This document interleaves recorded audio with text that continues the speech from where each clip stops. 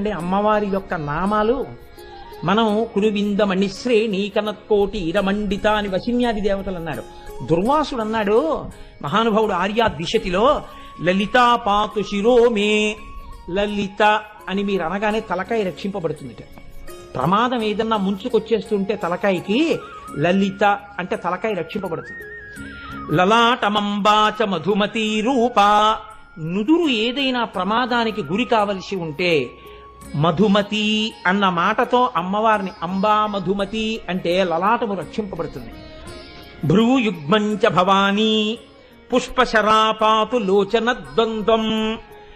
కళ్ళు రెండు రక్షింపబడాలంటే కళ్ళకి ప్రమాదం జరగకూడదనుకుంటే ప్రతిరోజు ఏమో ఏ రోజున ఏ ప్రమాదం వస్తుందో ఎవరికి తెలుసు. అందుకని పుష్పశరాపాతు లోచన ద్వంద్వం. పుష్పశరా అన్న పేరు ఒక్కసారి పలికితే రెండు కళ్ళు రక్షింపబడతాయి.